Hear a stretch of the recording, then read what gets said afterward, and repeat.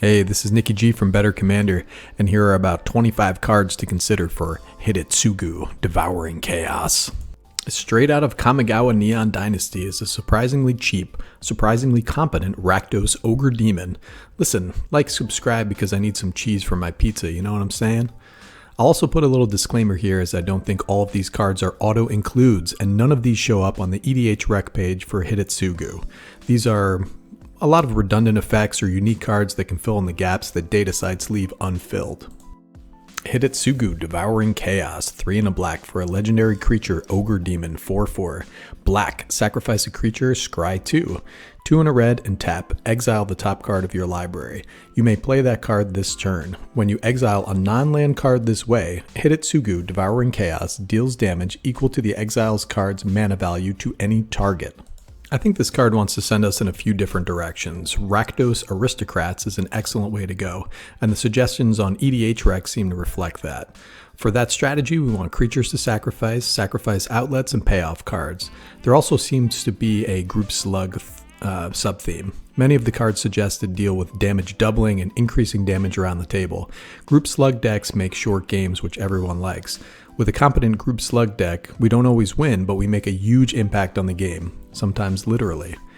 There is a tricky trap that Hidetsugu lays for us. His second ability seems to want us to include huge cards, like Draco to deal 16 damage at one shot, but if we get stuck with that in our hand, we're up a creek with no battle. I think the sweet spot is 5 to 6 mana, so we can activate his ability and cast the card if we ramp adequately on turn 5 or 6. We can also include some permanents that hit that sweet spot that bring cards out of the yard. So with that in mind, here are some cards that do not appear on the EDH rec page for Hidetsugu, Devouring Chaos. Krenko, Tin Street Kingpin. Krenko is a 1/2 for 2 and a red, legendary creature goblin. Whenever Krenko Tin Street Kingpin attacks, put a +1/+1 counter on it, then create a number of 1/1 red goblin creature tokens equal to Krenko's power. This is a great token maker that can come down early and make sack fodder for Hidetsugu. Emrakul's Hatcher, 4 and a red for a creature, Eldrazi Drone, 3/3. When Emrakul's Hatcher enters the battlefield, create 3/0/1 colorless Eldrazi spawn creature tokens. They have sacrificed this creature, add a colorless. This is 4 bodies for 5 mana, and 3 of them can power out bigger spells or be sacrificed for other value. Sling Gang Lieutenant, 3 and a black for a creature, Goblin 1/1.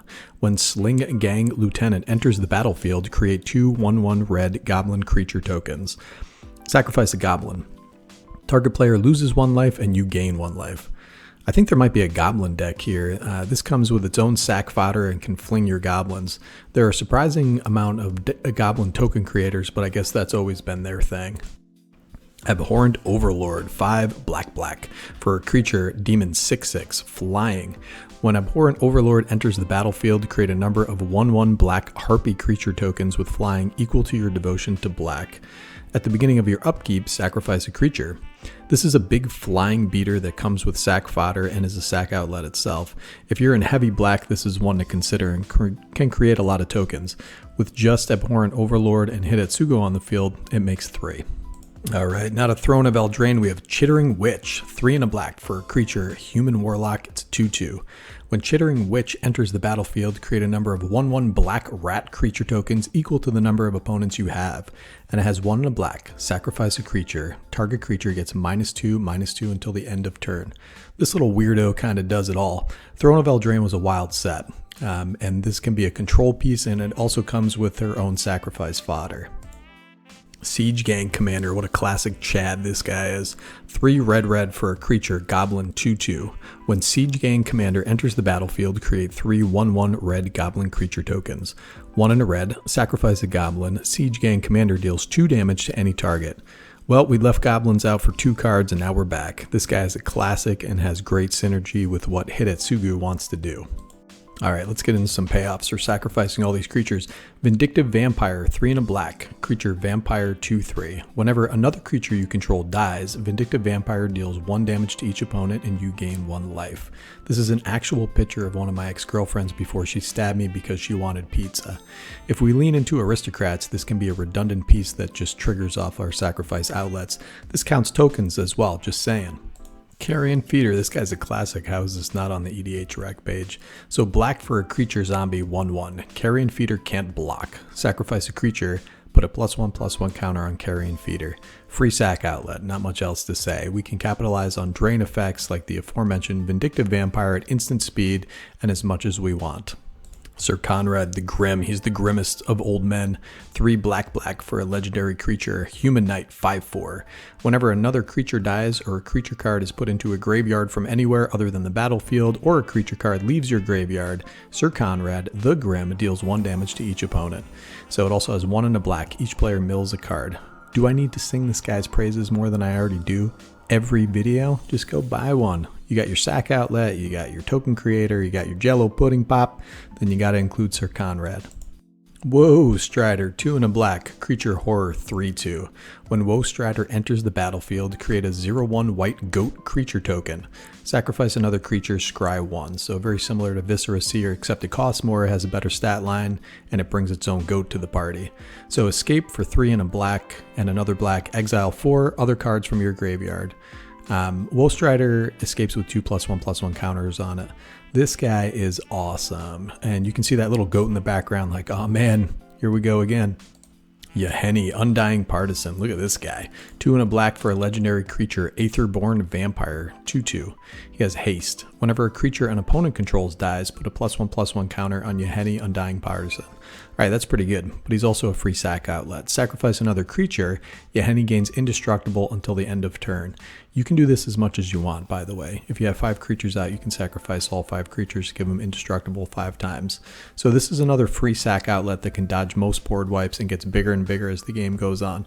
This guy goes in so many decks. He really needs a reprint. He's up to like $7 right now. Yawgmoth, Thran Physician, 2 black for a legendary creature, Human Cleric, 2/4. He has protection from humans. Pay 1 life. Sacrifice another creature. Put a -1/-1 counter on up to 1 target creature and draw a card. Black, discard a card and proliferate. Choose any number of permanents and or players, then give each another counter of each kind already there. This is another control sacrifice outlet that can help us control the board and remove small utility creatures from our opponent's battlefield while filling our hand. This card has a lot of text for 4 mana and it's also $40. Court of Ambition, 2 black for an enchantment. When Court of Ambition enters the battlefield, you become the monarch. That's right, you. At the beginning of your upkeep, each opponent loses 3 life unless they discard a card. If you're the monarch, instead, each opponent loses 6 life unless they discard 2 cards. So this is a permanent that feeds into the group Slug archetype. If we are packing our deck with big flyers and relying on Aristocrats to win, it'll be hard for our opponents to get in. Even if they do, this provides some utility by draining our opponents on upkeep, and the monarch is fun. You want to have fun when you play Commander. Phyrexian Delver. You know how much I love this card. 3 black for a creature, Phyrexian Zombie. It's a 3/2. When it enters the battlefield, return target creature card from your graveyard to the battlefield. You lose life equal to that card's mana value. This is a permanent that brings our sacrifice permanents back for double the value, and it is a steal at $3. A lot of our cards in a deck like this have enter the battlefield effects that create tokens or do whatever, and this card is a great way to get those back after a board wipe. Burning-Rune Demon, 4 black for a creature, Demon Berserker. It's a 6/6, also has flying. When Burning-Rune Demon enters the battlefield, you may search your library for exactly 2 cards not named Burning-Rune Demon. Shouldn't be a problem in a commander deck that have different names. If you do, reveal those cards. An opponent chooses one of them. Put the chosen card into your hand and the other into your graveyard, then shuffle. This is pure card advantage, and if we include ways to get creatures out of the yard, this guy can get one of our biggest beaters there. Keep in mind you can also get 2 Aristocrats if that's the piece that you're missing, or 2 sack outlets if that's the piece that you're missing. And this is a $3 mythic that belongs in so many more decks. Imagine saying to your opponent, oh, okay, I have Carrion Feeder and Viscera Seer, which one should I put into my hand? All right, let's talk about some finishers. So a lot of the EDH rec recommendations include Urborg and Cabal Coffers. So they're thinking big black mana, which I like. Exsanguinate, X black for a sorcery. Each opponent loses X life. You gain life equal to the life lost this way. We need a way to recoup our group slug damage, and this is a fantastic finisher when you're creating a large amount of black mana. Carder Doomscourge, 2 black and a red for a legendary creature, Demon Berserker. He's a 4/3. When Carder Doomscourge enters the battlefield, until your next turn, creatures your opponents control attack each combat if able and attack a player other than you if able.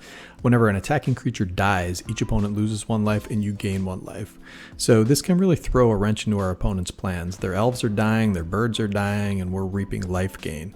You can also attack with your fodder and sack in response to damage as long as you have a Viscera Seer or Carrion Feeder on the field and maximize our Aristocrat triggers. Midnight Reaper, 2 and a black for a creature, Zombie Knight, 3/2. Whenever a non-token creature you control dies, Midnight Reaper deals 1 damage to you and you draw a card. So this kind of capitalizes on our opponent's board wipes or our sacrifice triggers, and we'll keep our hand stocked with gas. Look at this guy, he's the Lord of Grimdark. Next up we have Rankle, Master of Rankle. 2 black for a legendary creature, Fairy Rogue, 3/3. He has flying and haste. Whenever Rankle, Master of Pranks, deals combat damage to a player, choose any number. Each player discards a card, each player loses 1 life and draws a card. Each player sacrifices a creature. This is an evasive little beater with a lot of combat damage options. If you're flush with tokens, it won't feel bad to sacrifice one while your opponents are sad that they have to sack a real creature, and this guy can keep our hands stocked. I like his little feet. The Butcher of Malakir, 5 black for a creature, Vampire Warrior, 5/4. Flying. Whenever Butcher of Malakir or another creature you control dies, each opponent sacrifices a creature. This guy always shows up to the party and he's never invited. It's a 7 mana card that creates havoc on our opponent's boards. Our decks are designed for sacrifice. Theirs aren't. It's as simple as that. Pestilence Demon, 5 black creature, Demon, 7/6, also has flying. Black. Pestilence Demon deals 1 damage to each creature and each player. This is the ultimate group slug card, and it would be great to flip over with Hidetsugu. So you can kill everybody, including yourself if you want to. I don't know if this is great in this deck. It seems like too much mana to ever cast, but if you leaned into a Reanimator sub-theme, then this guy would be pretty easy to get out. Plus he's pretty awesome looking. This guy also reminds me of some of my ex-girlfriends. They were Vindictive Liches as well. So 3 and a black, creature, Zombie Wizard, 4/1. Whenever Vindictive Lich dies, choose 1 or more. Each mode must target a different player. Target opponent sacrifices a creature. Target opponent discards 2 cards. Target opponent loses 5 life. So many options on this guy. He's a little expensive, but can be sacrificed for incredible value. Alright, moving back to Group Slug, Xantha, Sleeper Agent. 1 black and a red for a legendary creature, Phyrexian Minion. It's a 5/5. Xantha, Sleeper Agent, enters the battlefield under the control of an opponent of your choice. So you're giving your opponent a 5/5. Xantha attacks each combat if able and can attack its owner or planeswalkers its owner controls. 3 colorless, Xantha's controller loses 2 life and you draw a card. Any player may activate this ability. So in a Rakdos Group Slug deck, we can let Xantha come in under our least favorite opponent's control and ping them to draw cards while Xantha attacks our opponents. I like the political aspect of this card. It's a fun include. It's not a CEDH card, so don't at me. Plague Crafter, 2 and a black for a creature, Human Shaman. It's a 3/2. When Plague Crafter enters the battlefield, each player sacrifices a creature or planeswalker. Each player who can't discards a card. Again, Hidetsugu decks are built for sacrifice. We want to sacrifice creatures and reap the benefits on things like Butcher of Malakir and Grave Pact, and our opponents probably won't like that very much. I don't know how many of y'all are paying attention, but this is the 26th card, so you get a little bonus for your dollar, which actually you don't pay anything for this, so you just get a bonus straight out of the ether. So Disciple of Bolas is 3 and a black for a creature, Human Wizard, 2/1. When Disciple of Bolas enters the battlefield, sacrifice another creature. You gain X life and draw X cards, where X is that creature's power. I really like this card. It's 28 cents. You need a relatively large creature to sacrifice, but if we include some ways to get them out of the graveyard, we can keep our hand stock and get our sacrifice creature back anyway. I also like the little expression on her face. She's like, "What are you looking at, dude?" Alright, get out there and get brewing. Hidetsugu seems like a lot of fun and will come out of nowhere, as I don't think a lot of people are building this commander. There aren't a ton of decks on EDH Rec, and he seems a little less popular. Maybe it's a result of the lottery mania. Even the showcase is pretty cheap. I'd like to do a budget deck, as most of the cards on the EDH Rec page are pretty cheap anyway. So thank you for watching. Leave a comment, subscribe, hit the bell, send a pigeon with a note and its talent to your friends. This is going to be Nikki G from Better Commander signing off.